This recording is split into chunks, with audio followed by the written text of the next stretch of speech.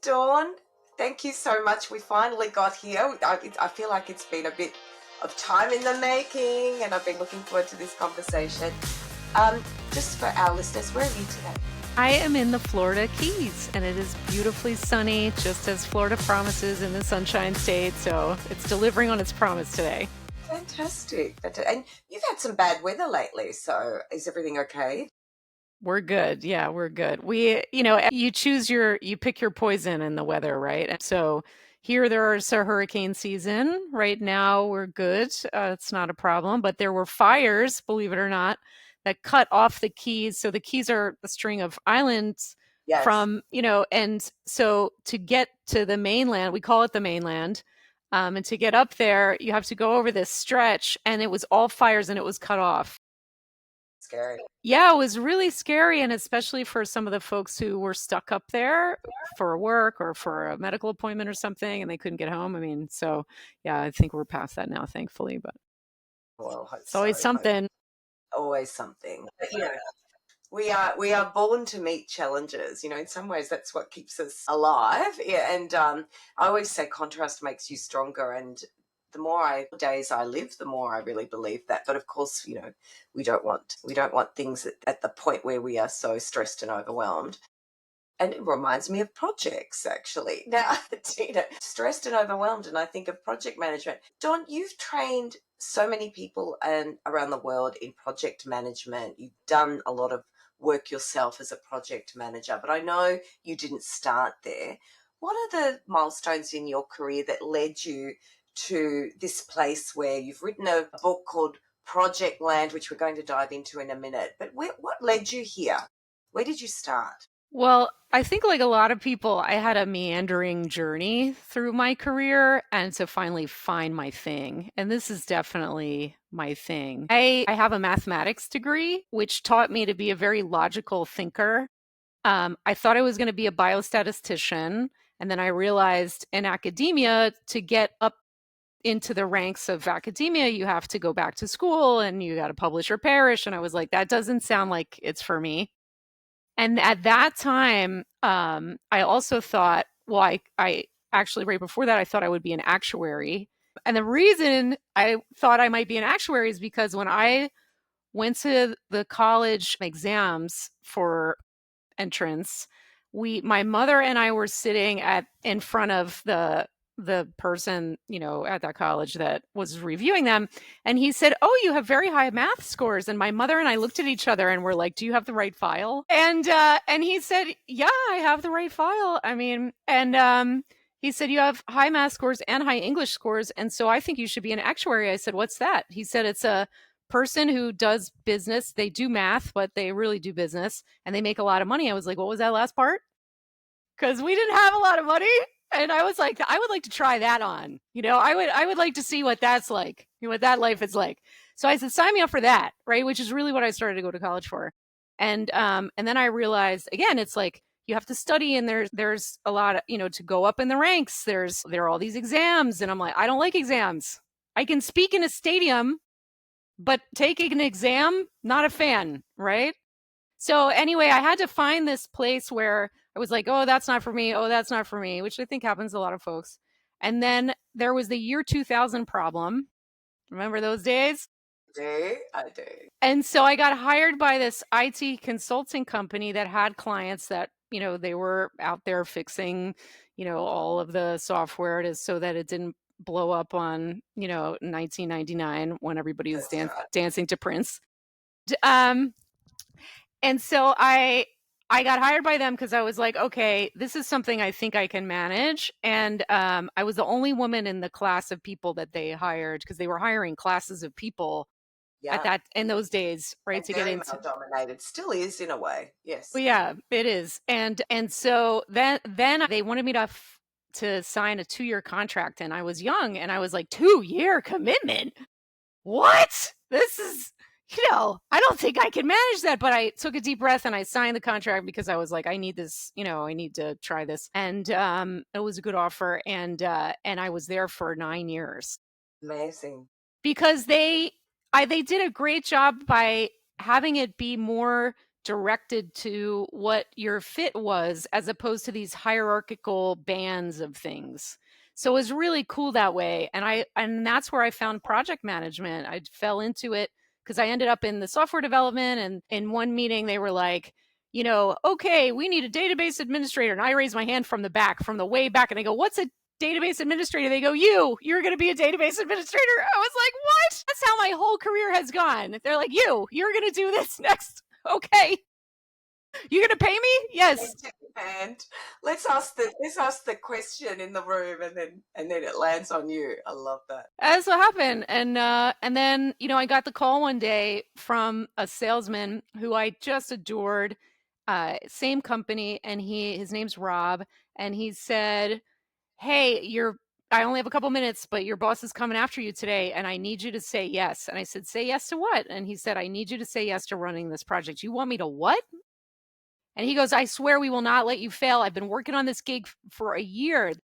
This contract has been my thing. I had to get it, and I need you to run it because they want to send this other guy in and he's not the right fit. I know you can do this. And so I've been so grateful because while it's a male dominated field and I was the only and youngest by far woman in the room many, many, many times, there were these men that would see something in me and pull me up. And I've been so, so very grateful for that over the years. Yeah. That strong mentorship, it's priceless, isn't it? And it can really, it's like almost like a shifting doors when you get that strong mentorship, because sometimes you really need that, especially when you're in your early career. You need someone to say, you can do this. Oh, I'll got your back. You can do this. yeah, absolutely. And so when he said, and I trusted him, and because I also knew his career was on the line for this deal, for this to go well. When he said, we will not let you fail, I trusted him in that. And they didn't let me fail. And I somehow, and I didn't want to disappoint him. There's a lot to that as well. Like all of these emotions that go on, even in IT. More so in IT, I think, because you're working so closely together, and very consequential outcomes, I think, because you can see the outcomes. So what was your first project management gig like? How did it go? Well, it was very interesting. And I can say the name of the company because it doesn't exist anymore. It was wingspanbank.com, which was one of the first internet banks ever. Okay. And it was sort of like an internal internet bank being funded by a big, big bank. And this was in Delaware, where a lot of them are housed. And so this was all about taking their people from maintaining systems and moving that responsibility over to our people in our consulting firm.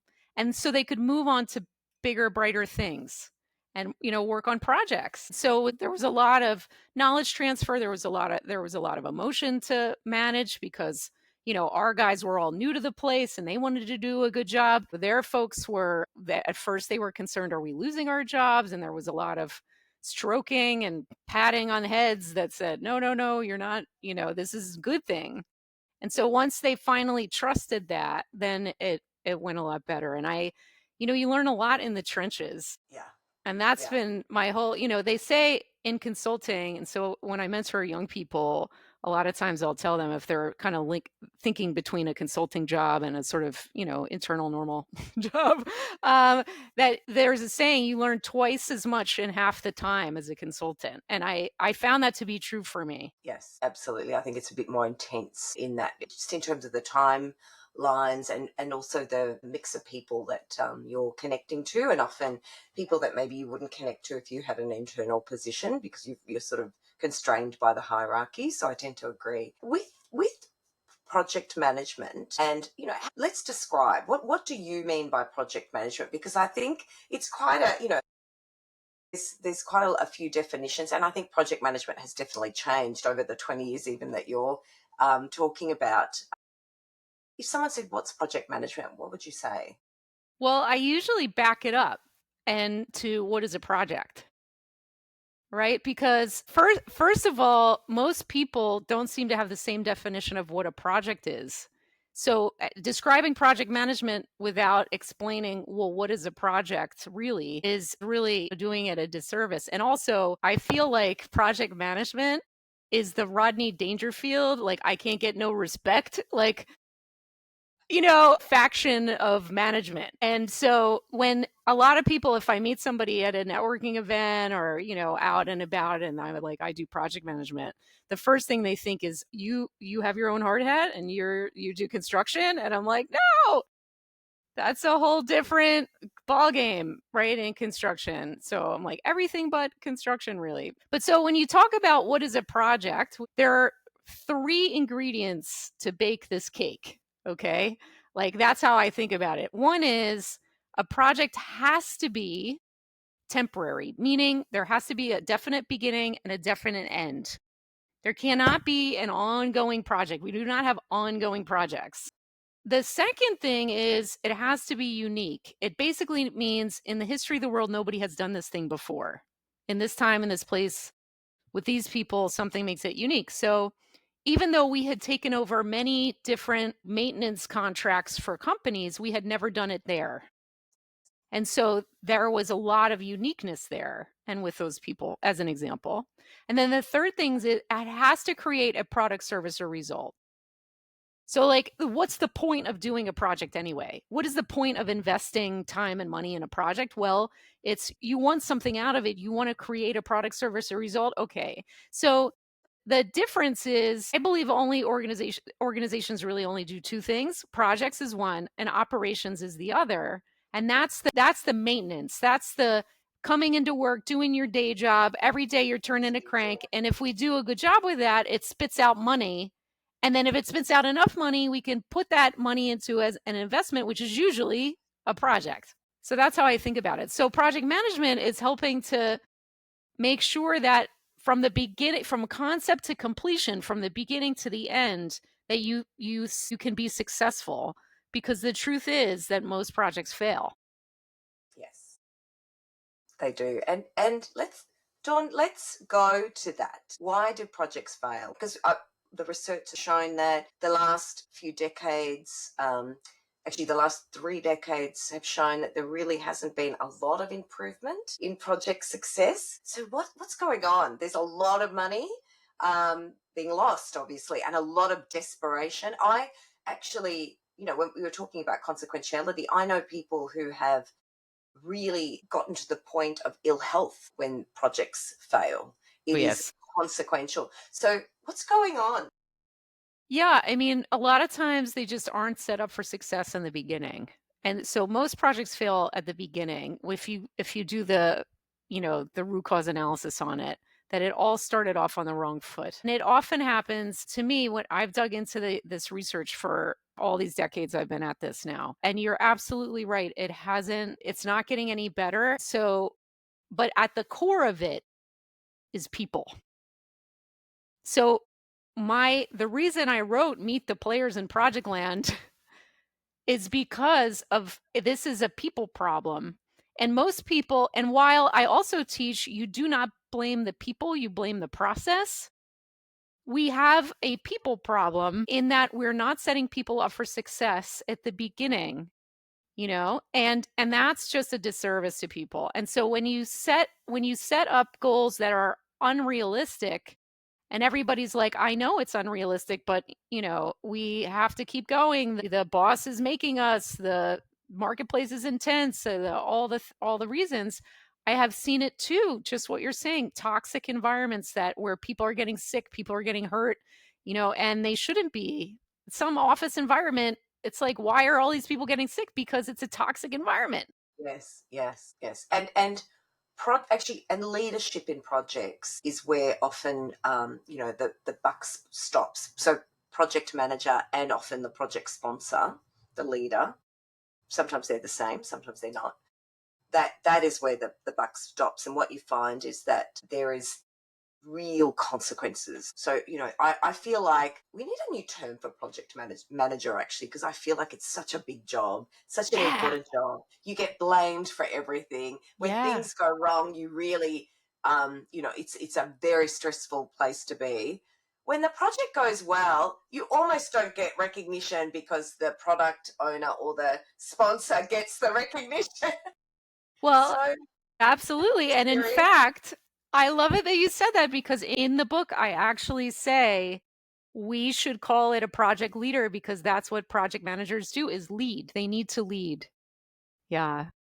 I definitely think it. I agree with you. I think it's a leadership role. And so what are some of the things I want to go into the aspects of Project Land because I really love that you've conceptualized this world where projects happen. Let's start with what are the elements of that world that you see and because obviously it's so different, Dawn, that you had to write a book about it. Tell me a little bit about that difference. Why is it so different? And what are what's the landscape like? And then we'll go into some of the characters as well. Sounds great. Yes. Yeah, because of the definition we went over where it's unique, there's a beginning and an end and it's unique and you have to create a product, service, or result. What that sounds like to me is every single time somebody has called me when I was doing the project management myself and now, moving forward for advice, it sounds like what they're saying is, I want you to go climb that mountain. I want you to lead a team of people to go climb that mountain. Now, here's the thing. Nobody has ever climbed that mountain before. There is no map. You can ask other mountain climbers for advice, but they cannot give you advice based on that particular mountain. So you are a pioneer. You are a pioneer and you don't know what you're going to face up there. You don't know what the weather's going to be like, really. You don't know what kind of creatures are going to pop out and jump out at you. You don't know. And at the same time, a lot of times these folks are like, and you have to do it by next Wednesday, or they make up it like, and you have to do it by the end of the year and you only have $1 million. And so like they start tying your hands behind your back, et cetera. Oh, and by the way, yeah, you can have a team of people, but you're not really going to get the A team. You're going to have to deal with who you get, right? And oh, by the way, your whole career depends on this. Good luck. So it's Mission Impossible, right? Yeah. It sounds like you should cue the Mission Impossible theme song and call Tom Cruise and be like, you just do it, right? And so that's part of the stress level that you get is that's what it feels like to people. So I call it Project Land because it's a whole different world with different roles and rules and you don't know what you're going to be facing because you're a pioneer in this land. You're a pioneer in every time you do a project. Nobody in the history world has done it before. So when I've been trying to figure out how to explain this for so many years and then one day I was standing in front of this group of wide-eyed experienced people who were great at operations in their day jobs but they were being asked to step up and into these project roles and they had no idea what to do or how to do it well. And that's why, I was standing in front of them and I was like, it's like a whole different world.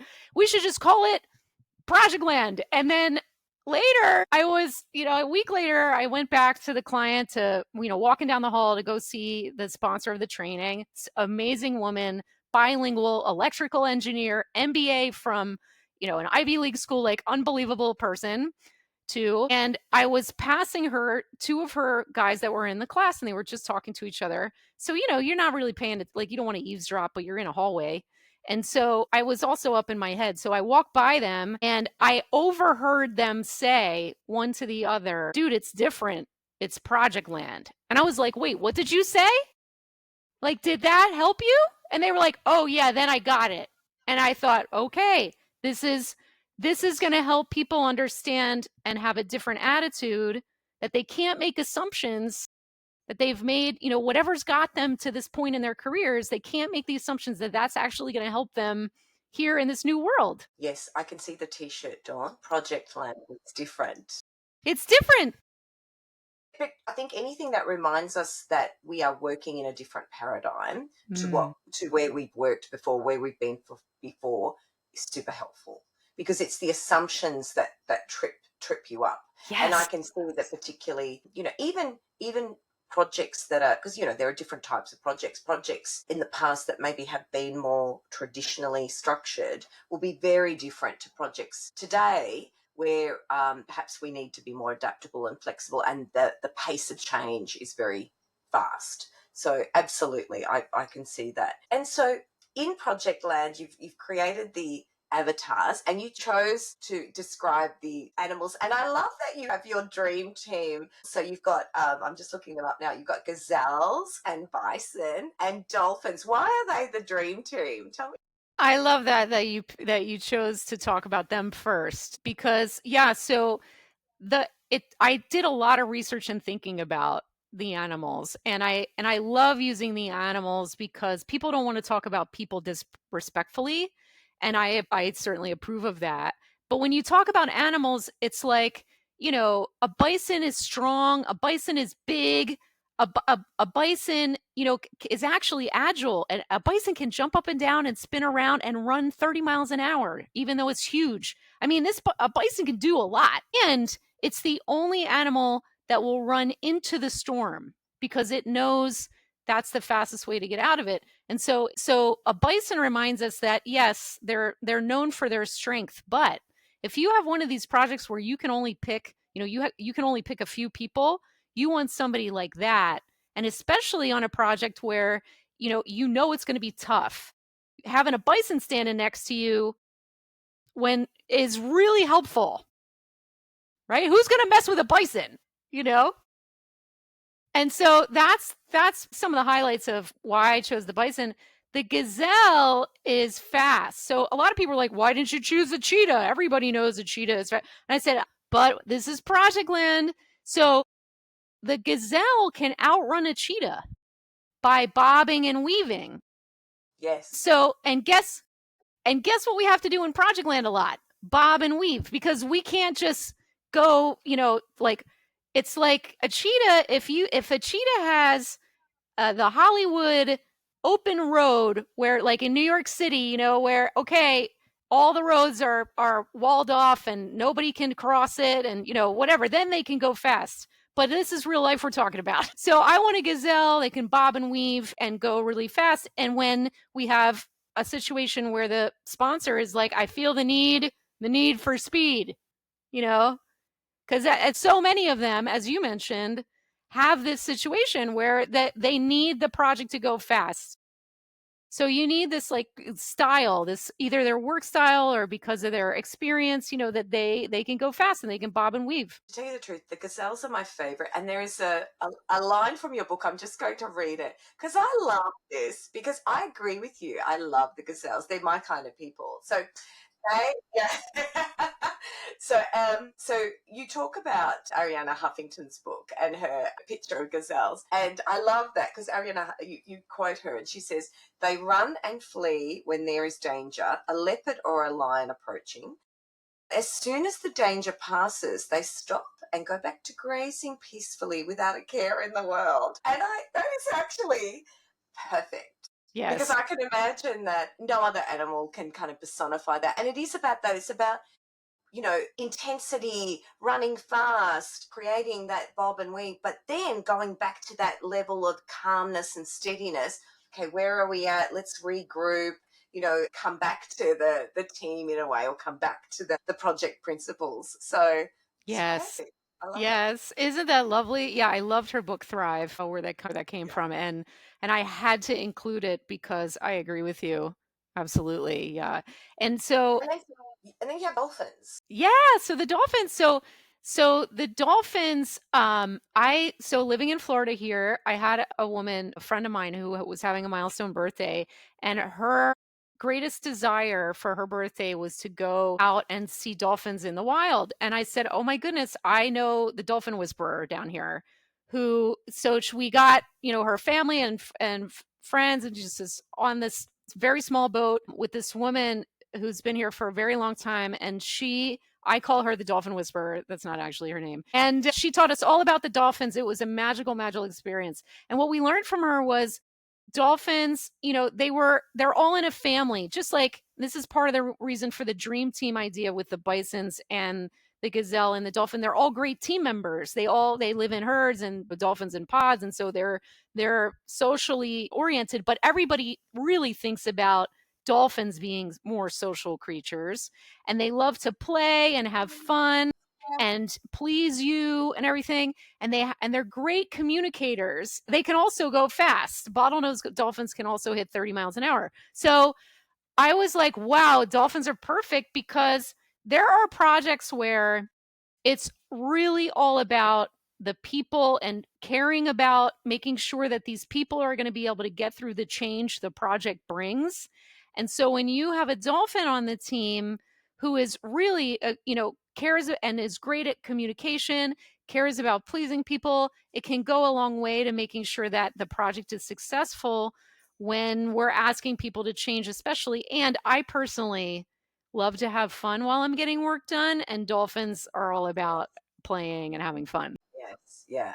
I think that helps you through some of those really stressful times. I remember as a founder, I was a startup of a co working space with a business partner, and I remember we were going through some really hard times. And I said to her, hang on, we're not having fun anymore. This was supposed to be fun. And for me, it's a litmus test of whether, of how well we are managing the challenges. I agree. And, particularly when you have a number of people together. So Dawn, tell me a little bit about. So I really love that you kind of, because you have other animal avatars as well in the book. And tell me, and I can see you've done a bit of research on the animals. I love that. Sort of you've had a real think about what's what. Who is your favorite role? So because you talk about the leadership roles and the sponsor, and there are some other who's your favorite? Well, that's a tough one. You're gonna make me pick my favorite child. Like that's well, I can tell you this. Have to say the lion avatar has helped a lot of sponsors understand how to be a good sponsor. So when we put sponsors through sponsor school, one of the key things that I use the lion to help them understand is when you roar, just like the quote you gave with the gazelle, right? When you roar, people are nervous, they will react in a Yeah, way that you actually don't want them to, because then you will not get the truth anymore. They will be afraid to bring you the truth of what is happening on the project. You have to know that when the lion is calm, everybody can go about their business. And when the lion roars, that may backfire on you. Like you may think you're being a leader and motivating people, but in Project Land, leadership has to be different. There will always be, I guarantee you, there are going to be problems on a project. Like 100% guaranteed with the gold stamp, going to be problems on a project. It's a matter of making sure that as a leader, as the lion, that you manage your power appropriately. And that has really, and I have this gorgeous picture of this lion that we use in those talks to help people really get it, you know. So that one is my favorite because it's such a powerful metaphor, it's such a powerful avatar to help yeah. people understand. Yeah, I love that. And tell me a little bit more about your take on leadership, and particularly how leaders work together with project managers. What's that partnership? Usually, sometimes it's a group of people or a partnership. What's that like for you? Yeah, so the best situation is when there's a one sponsor, the lion, because there can only be one king or queen of the jungle after all. And then they have a project manager that they can rely on day to day, which is the tiger. Not quite the king or queen of the jungle, but awfully close. And so when these two work well together, it really if they can create a healthy culture that gets results, everybody feels it, and they create an environment where everybody can really do their best and work well and get stuff done and have fun doing it. That is a beautiful thing. And then on the leadership side too, we have a steering team sometimes.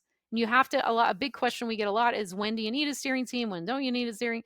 If the lion needs help, then you need a steering team. If they need help from their peers to make big decisions, to get this right, to make sure it's successful, then fine, you need a steering team. And so when we use the animals to explain, because a lot of people at that level, at the executive level, are like, I can do it myself. I don't need anybody else. I'm good. Right. Um, but when you say, well, but you're a lion, what if you had an eagle on your side that could fly up, fly high, see the big picture, and help you? What if you had a whale out in the ocean, right? That when they throw their weight around, everybody pays attention. What if you had an owl at night to see through the dark and that can see 360? And we're like, if you're a lion, wouldn't that maybe help? I'm like, oh yeah, maybe that would help. So I like to think about, sometimes it's not just about the positional authority and the expertise of the person that you might, as you put your dream team together, meaning the leadership team and the team members that are actually going to do the work, but also the work styles and the perspectives that they have. Yes, yeah, that they bring. Dawn, I love that you also talk a lot about team dynamics in the book, and you talk about the stages that teams go through. And in particular, I'm interested in how teams really connect when there's challenges. So it might be the storming phase into performing. I've seen teams go into that. It can be from day one. Doesn't necessarily take a while for that to happen. So what have you seen that really works in that space in your experience? Remind those leaders that feel the need for speed, that in the beginning you're probably going to have to go a little slower. It's going to feel a little slower at first as you allow the humans to form as a team, but it can be productive. So slow doesn't mean not productive. It means thoughtful. And it's investment in making the thing go faster, right? You can get to the faster part faster if you invest that time in the beginning. So in Meet the Players of Projectland, the other part of it, besides meeting the players and the animal avatars and everything, is in the subtitle, decide the right project roles and get them on board. And so in the deciding the right project roles and getting them on board, I talk about secret weapons. They're not so secret. I mean, the kickoff meeting is critical to really put that, it's a project has a start and an end. So let us do a proper kickoff and let us make sure that everybody knows why they're at the table and why everybody else around the table is at the table and what they bring to the table so that we can lean on people's strengths throughout the project and get the help we need from within the team where it should be safe to do that. So the kickoff meeting is important. I think a lot of people want to skip it and they shouldn't. It serves a purpose for the project manager rather than the people in the room. I've seen kickoff meetings that go straight into documenting requirements, for example, when the people in the room really don't know each other, they haven't aligned on the purpose of this team to do this work, they're not understanding the skills and knowledge in the room. So, how they're going to leverage that going forward, they haven't talked about how they're going to work together. So for me, they're all design aspects. You can't go straight into requirements when people aren't even a team yet. They're just a group of people who've walked in the door. And I remember being at a kickoff, and I sort of put, that was when I put my hand up and I said, "Aren't we going a bit fast here? Don't we need to do something before we get to this?" Because people were just falling asleep. They were on there because You this lost is them. project stuff. Someone else is doing that. That's the project manager, not me. Right. So no engagement, and you had it was 30 people in a room. Nobody's engaged. Let's not waste money and time. So Right. Yeah. What a waste and what a disappointment. I would have been very upset by that situation. that's right. So I think that there's not just you're very true. The beginnings are really important, and then do you also focus on the middle and the ends? Because I think that there are milestones when teams, projects face the 50% mark, and then, perhaps at the end. Tell me a little bit about your experience, Dawn. Yeah. So this book became a proper book size when we ended with the kickoff meeting and then the planning sessions. So in Meet the Players in Projectland, it was really the start. But one of the things I wanted to come back to was it's actually my favorite figure in the whole book, which is what you brought up. And that is we created this imagery around forming, storming, norming, performing. And then in Projectland, we also need adjourning and maybe mourning, right? So Yes, that's because projects end. So yes, the big tip there is how people act in a project, especially because they're in the pressure cooker. It's yes, not just a normal sort of team.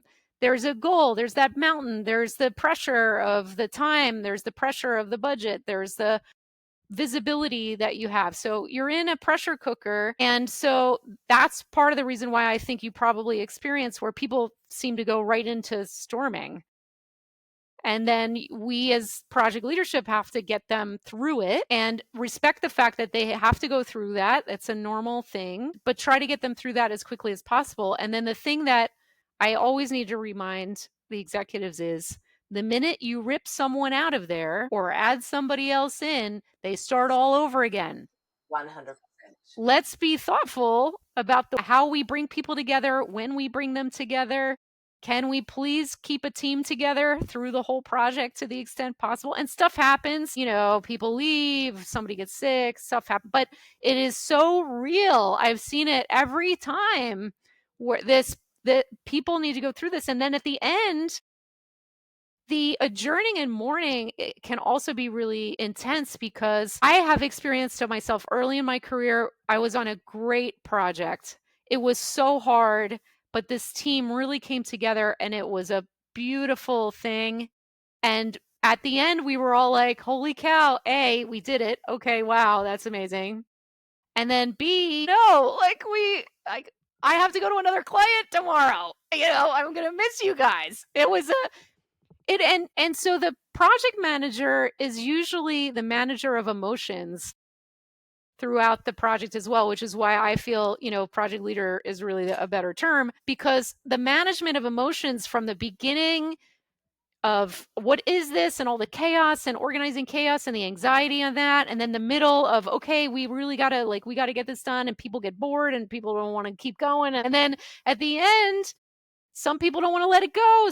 A lot of people don't want the project to end for various reasons. And you have the emotional management that you need to be a good project manager, not only of yourself, but of the whole team and the sponsor and the steering team, and managing all their expectations and emotions. It's pretty incredible. It's a lot. There is obviously there is a team leader role in that, and what I find is, that's why I love your book too, Dawn, because I find a lot of project managers have the technical and transactional and the skills required to plan, organize, structure a project, but maybe the missing link there is the skills in relation to team leadership, managing the dynamics of the team, the emotional sort of containment, as well as influencing the organization. Because if you've got a great project team doing great things, but the organization fails to support it because there's a lack of promotion or there's a lack of communication about what they're doing, then it's, you've got lots of people running on a treadmill going nowhere. So all of that is really important. So I can see how work I do in six conditions around teams, I'm looking at that, and there's such a beautiful parallel there, because as I read your book and as I talk to you more and more, I can see how project leaders are team leaders as well. That's an absolute key function. Would you agree with that, Dawn? Am I on the right track there? Yeah, definitely. I mean, absolutely, definitely. And we didn't even talk about the animal avatars that are the stakeholders, which are people Yes. outside the team. So that is for sure true. Everything you said there. And when you mentioned the team lead role, that is the way that I structure it in the book, because a lot of times if you have big, big projects, the project manager couldn't possibly have 100 people reporting to them or know all of the different expertise areas that have to come into it. And so you'll often have on bigger, more complex, even geographically dispersed projects, you'll have a team lead reporting to the project manager, who is the alpha animal of the bison, the gazelle, and the dolphin we talked about. And so that they need to create a great connection too, just like we talked about with the sponsor and the project manager, so that team lead then can help people that they speak the same language, they have the same expertise, and can help them through it, but can also have that conversation with the project manager about how are they doing? Are they on track? What needs to happen? What bumps did they just hit? What obstacles? How are we going to do this together? And so I have seen a lot of storming between team leads and PMs that needed to get worked out. And, a lot of that just has to do with old fashioned respect both ways. And because it's almost a matrix structure, isn't it, that you're dealing with? So there's going to be competing demands. Yeah, that too. The thing with project managers is usually they have zero authority from a structural standpoint. So true. Yes. So they're trying to lead with no authority whatsoever structurally. They have to be empowered by the leadership team and the culture and the environment and so forth, which can be very tricky in some environments where they don't get it. They're new to Projectland, they don't really get it. And so the person will still go to their boss, and their boss has no idea what the inner workings of the project are, Yeah. and they shouldn't. Yes. Yes.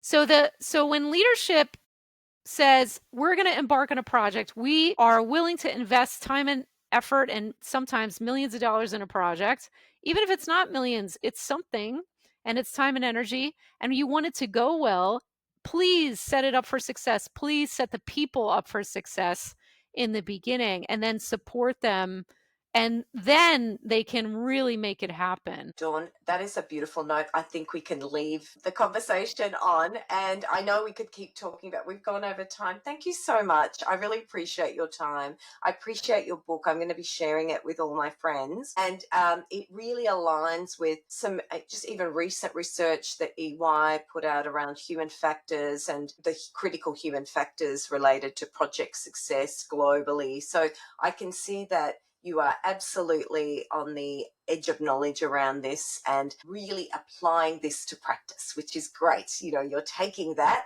ethereal theory or perhaps, the research that we know, things that with social sciences, works, but you're putting it into practice in a way that's really intelligent and accessible. So thank you, Dawn.